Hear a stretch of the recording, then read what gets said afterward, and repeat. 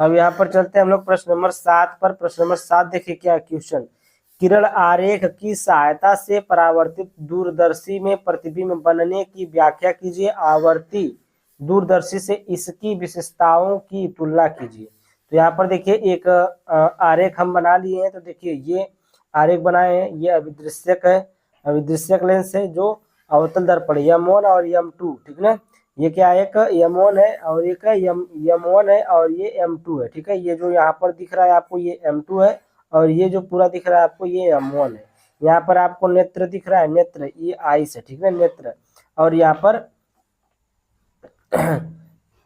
ये 45 डिग्री झुका हुआ है, ठीक है, 45 डिग्री झुका हुआ है। ये इस प्रकार से आपको आरेख बना लेना है एक दूरदर्शी प्रतिबिंब का, ठीक है। परावर्तित दूरदर्शी में प्रतिबिंब बनने की व्याख्या कीजिए। आवर्ती दूरदर्शी से इसकी विशेषताओं की तुलना कीजिए। विशेषता का तुलना करना है तो यहाँ पर देखिए विशेषताएं हम लिखे हैं। विशेषताएं में क्या लिखना है, देखिए परावर्ती दूरदर्शी में वर्ग विक्षेप विपथन, विक्षेप नहीं रहेगा, ये विक्षेप नहीं रहेगा, विपथन रहेगा, ठीक ना। परावर्ती दूरदर्शी में वर्ण विपथन का दोष नहीं होता। किसका, वर्ण विपथन का दोष नहीं होता है।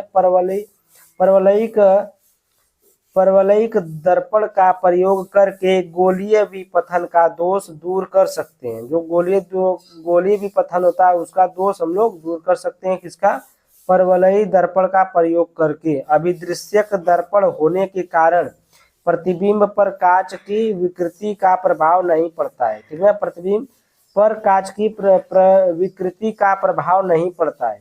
देखिए चौथी पॉइंट यहाँ पर है, अभिदृश्यक अवतल दर्पण होने के कारण अंतिम प्रतिबिंब अधिक चमकीला बनता है। जो आपका अभिदृश्यक होता है, अभिदृश्यक अवतल दर्पण होने के कारण, जो अवतल दर्पण होता है, जो अभिदृश्यक है वो अवतल दर्पण होने के कारण अंतिम जो प्रतिबिंब होता है अधिक चमकीला बनता है, ठीक है। तो ये वाला क्वेश्चन आपका प्रश्न नंबर 7 का था। 7 का प्रश्न नंबर खत्म हुआ। अब देखिए प्रश्न नंबर 7 का अथवा वाला है। अथवा वाला है, देखिए क्या कर रहा है कि तरंगों के विवर्तन तथा व्यतिकरण में अंतर स्पष्ट कीजिए। एकल झिर्री विवर्तन प्रारूप का गुणात्मक अवलोकन कीजिए। व्यतिकरण और विवर्तन में अंतर बताना है। तो देखिए व्यतिकरण क्या होता है, व्यतिकरण दो कला संबद्ध स्रोतों से आने वाली प्रकाश तरंगों के अध्यारोपण से होता है, ठीक ना, अध्यारोपण से होता है।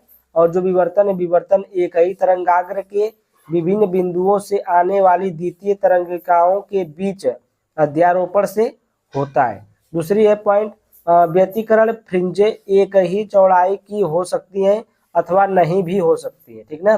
जो व्यतिकरण होती है फ्रिंजे वो एक ही चौड़ाई की हो सकती हैं अथवा नहीं भी हो सकती हैं। और विवर्तन फ्रिंजे कभी भी एक ही चौड़ाई की नहीं हो सकती है। जो आपकी विवर्तन फ्रिंजे होती हैं कभी भी एक चौड़ाई की नहीं हो सकती है। नेक्स्ट पेज पर चलते हैं। देखिए तीसरी पॉइंट है, इसमें सभी दीप्त फ्रिंजे एक समान तीव्रता की होती है। इसमें जो होती है, जो सभी दीप्त फ्रिंजे होती हैं क्या होती हैं, एक समान तीव्रता की होती हैं।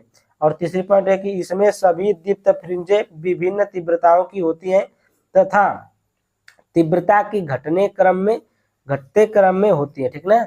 घटने क्रम में या घटते क्रम में क्या होती है, ये जो दीप्त फ्रिंजे होती हैं, ठीक है। चौथी पॉइंट है, इसमें निम्निष्ट प्राय पूर्णतया अंधकारमय होते हैं। जो इसमें निम्निष्ट होते हैं वो प्राय कितने होते हैं, पूर्णतया क्या होते हैं, अंधकारमय होते हैं। और इसमें जो चौथी पॉइंट है, इसमें ऐसा नहीं होता। इसमें क्या होता है, ऐसा नहीं होता है कि निम्निष्ट है कि उच्चिष्ट है, ठीक है। उसके बाद देखिए एक और उसमें पूछा था कि क्वेश्चन में क्या पूछा था, एक देखिए यहाँ पर क्वेश्चन पूछा है, एक झिर्री विवर्तन प्रारूप का गुणात्मक अवलोकन कीजिए। तो यहाँ पर देखिए एक पतली एकल झिर्री विवर्तन प्रारूप का गुणात्मक अवलोकन, यहाँ पर इस प्रकार से आपको फिगर बना लेना है, ठीक है। इस प्रकार से आपको फिगर बना लेना है। ये देखिए फिगर आपको बना लेना है, ठीक है। इस प्रकार से क्या करना है, आपको फिगर बना लेना है। जैसे जैसे बना यहाँ पर आपको फिगर बना लेना है और इसके बारे में लिख देना है, ठीक है। इसके बारे में लिखना है व्याख्या। माना यश एक प्रकाश स्रोत है, आपका यश है जो सन है, ठीक ना। सन क्या है, एक प्रकाश स्रोत है जिससे कुछ दूरी पर एक उत्तल लेंस L1 रखा है। जो आपके कुछ दूरी पर एक उत्तल लेंस है ये L1 रखा हुआ है। प्रकाश स्रोत लेंस L1 के फोकस पर स्थित है। जो प्रकाश लेंस है L1 के फोकस पर स्थित है। अतः स्रोत से चलने वाली प्रकाश की किरणें L1 से अपरिवर्तित होकर मुख्य अक्ष से समांतर हो जाती है तथा अवरोध AB से गुजरती हुई लेंस L2 में आपतित होती है। ठीक ना, L2 में क्या होती है, आपतित होती है। अवरोध AB से गुजरने वाली L2 में आपतित होती है। L2 से गुजरने वाली प्रकाश की किरण XY पर्दे पर स्थित बिंदु O पर स्थित बिंदु यानी कि मुख्य फोकस पर आपतित होती है। पर्दे XY के बिंदु O पर उच्च तीव्रता का प्रकाश प्राप्त होता है। इसे ही केंद्रीय उच्चिष्ट कहते हैं।